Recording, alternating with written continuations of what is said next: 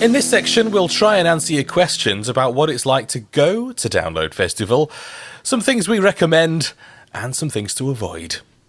This time, tents. Unless you've got day tickets for Download, you'll need a tent. Or obviously, unless you're staying in a hotel or you've got a camper van.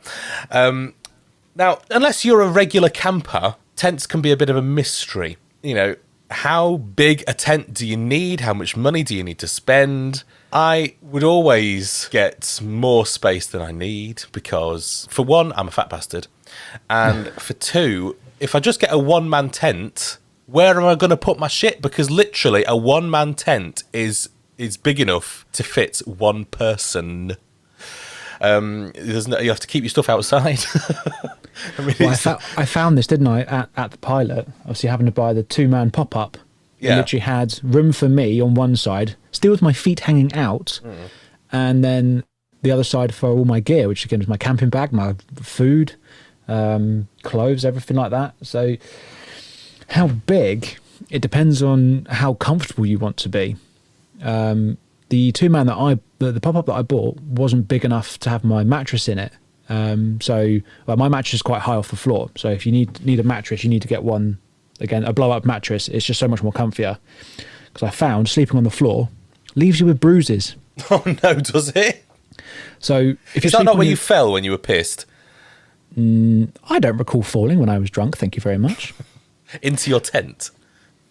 Oh no, I stumbled into my tent. I didn't fall. God. And there's a difference. There is. So I noticed Saturday morning I was a bit uncomfortable because I couldn't lie on a mattress. But I bought myself thick sort of foam padding flooring sort of type thing. So I thought that you used as a mattress.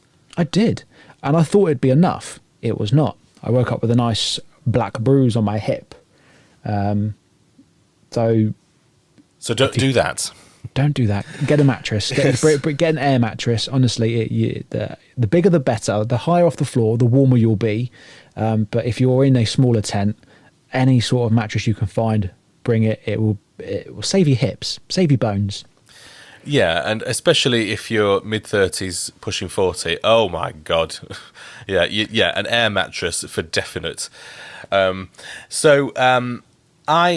In fact, thank you very much to you, Lee, because you gave me your old tent, a 4-man tent, which I used at the pilot. Do you want to know something? I really resent doing that for you. Do you really? Not because of you. You're lovely. You're a good friend. Because I got stumped with the fucking pop-up tent, and you got the bigger tent. Well, you could have put your tent up in the middle of the arena. That's where there was a spot of green grass that was in there somewhere. Well, do you know what? The annoying thing was, I said, going back on the pilot into the camping, after being told that this was the only space we could camp in, bugger, I'm going to have to go get a smaller tent.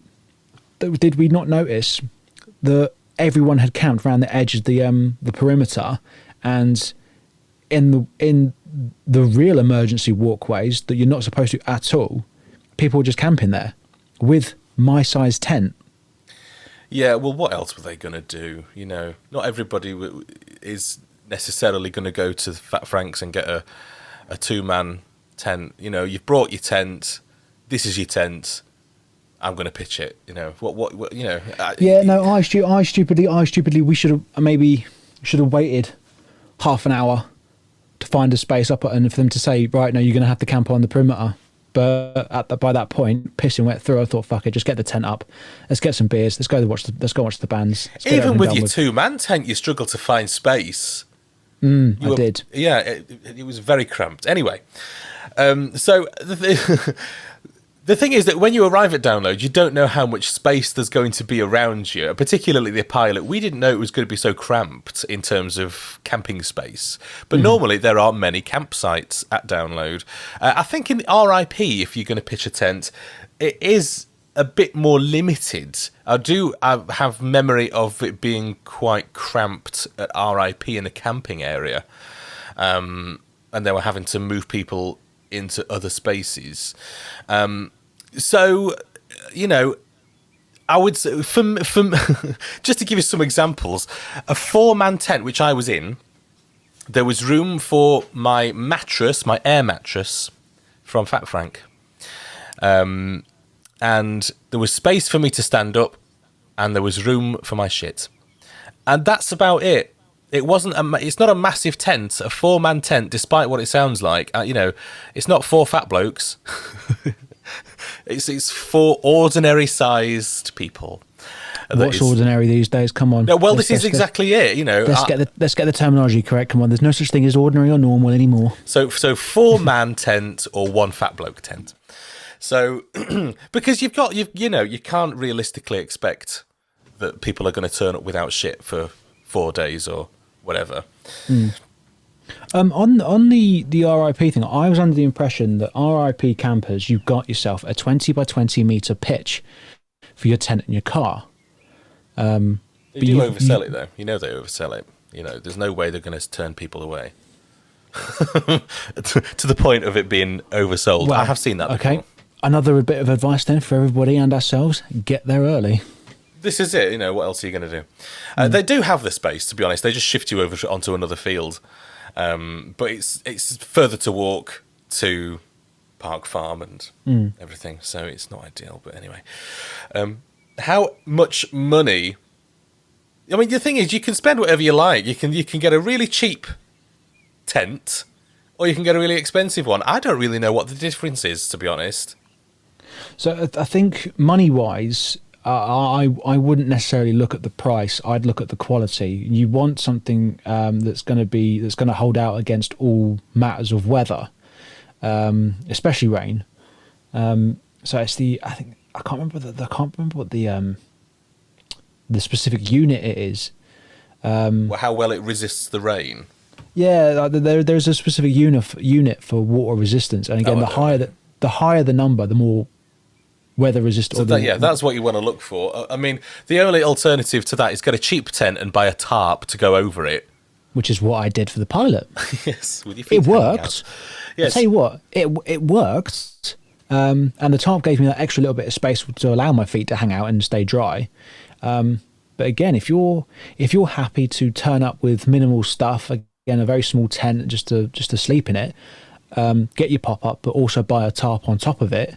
So again, you're definitely waterproof, and you can give yourself a little bit of feet room if your feet do stick out. Some of the smallest tents I have ever seen in my life I saw at Download Pilot. I mean, we're talking like a 1-man tent and a small man at that. Did you see some of those? I did. Incredible. I thought my tent was small, but no, you're right. There were some that were in even smaller, and I struggled to fathom as to how they were going to be comfortable. Must have been slept stood up. Must have done. Now you can rent a tent if you don't fancy buying one. You can rent one from Fat Frank's Camping Essentials. They've got a website and stuff like that, so you can have a look. It's not the cheapest way of doing it though. But again, it's the most environmentally friendly way if you were to rent your tent and then give it back to them, because then there's no waste on your behalf on your part. So, I mean, the 2-man pop-up that I got, which is part of their rental, you pay double the price for the tent, but then you will get half of that back. So it works out okay for the usage of it, but then it just guarantees that you won't be chucking it in the bin the minute you get home. And they're quite nice tents, to be honest. I mean, you're paying £70 for the rental, which you get 50% off back, like you say. So there's a 3-berth tent, which looks quite nice. I mean, you're going to need 3 people to put this up by the look of it, to be honest. I might be wrong about that, but it looks like quite a big tent. And it's got a porch, and it's like a little caterpillar. It's very nice. So yeah, £35 is what you get back. And if you don't want to take a tent home, and let's face it, not everybody does, the amount of tents that get left there, then that might be your best option. Or failing that, if you've got a friend who's getting rid of a tent and doesn't want it, use that, like I did. There you go. like you did. Like I did.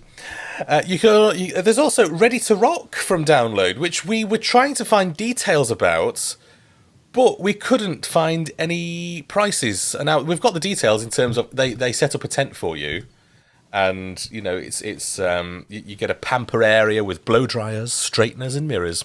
That's your Refresh Retreat Gold package, comes included with the Ready to Rock. But like you said, we've tried to scour the Download website this morning, couldn't find it. So you get a choice of a 2, 4, 6, or 8 person pre-pitched tent. And there's also a 24-hour campsite reception in the same way that you get at RIP. So it's a private campsite. You need a particular wristband to get in there. So I don't know whether they would consider it a bit more secure, maybe? I mean, it does sound maybe a little bit more secure, considering, the only people that are going to be in there are people that have paid for that, and you've got your specific wristband. So, I'd imagine a little bit more secure. You can add a sleep bundle to that with sleeping bags and self-inflating mats as well, which is, you can turn up with even less. And I don't know if I want to... I mean, I hope those sleeping bags are brand new.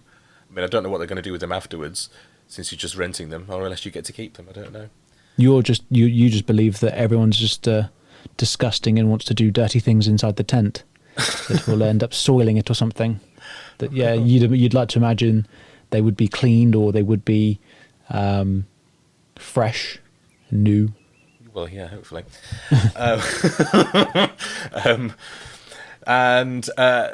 If you want... I wouldn't recommend this for smaller festivals, but bigger festivals where there's plenty of room, a gazebo is always nice to protect you from the elements. And to sit under, and if you're going with there's a number of you going, you can all camp around and have a gazebo and drink underneath it, which... I mean, the thing is that we've done that before, and depending on the weather, if it's really windy... You'll only have a gazebo there for a short time. Yeah, you could lose it. I remember I think it might have been 2017, when it did briefly rain. We spoke to some friends of ours that were camping in Blue, and they ended up losing their gazebo. And we ended up halving the height for some reason. Was that because of the wind? It was high winds, yeah. Obviously, being right next to the airport. And obviously the wind was bad enough as it was. Being by the airport, the wind was incredible. So, we had to cut it in half. Which was an experience. Cozy. Yeah, it was a cozy experience. Definitely in terms of things to put the tent up. Even if you're, renting one or borrowing one or whatever, bring a mallet. You would not believe how many people I lent my mallet to for knocking in tent pegs. I just stood on mine. I just found some stuff there and just stood mine in. I've never used a mallet. Well, if it's dry ground, you'll have trouble sticking those tent pegs in. If it's wet ground like we had, then it's fairly easy.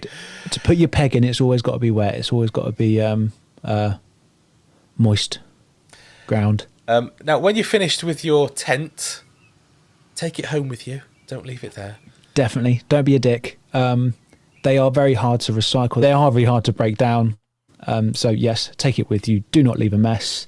Because the things that use the area once we're gone is wildlife, and we should really sort of respect that. To be honest, Download for me eats tents. I've taken tents there and had them destroyed by the camping at Download, and I've had to bin them because they were destroyed. So unfortunately, and there was one occasion, I think 2016, it was absolutely caked in mud. There was nothing I could do to save that tent, and I didn't want it in my car, so I binned it, which is not ideal. But there we are. That's what I had to do. So at least you didn't leave it there for somebody else to pick up. It's that attitude that needs to be scrubbed. It's the leaving it for somebody else to clean up the mess. Yeah. When you are camping around, a little bit of a tangent now.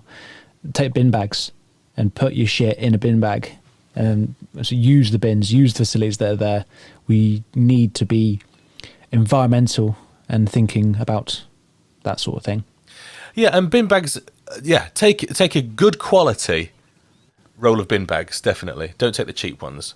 Take good quality bin bags, because when you're there, you need a bin bag for all your rubbish, you need a bin bag for dirty clothes, you need a bin bag for lining the inside of your tent, so that if you do have to walk through mud, you're not walking that mud into your tent.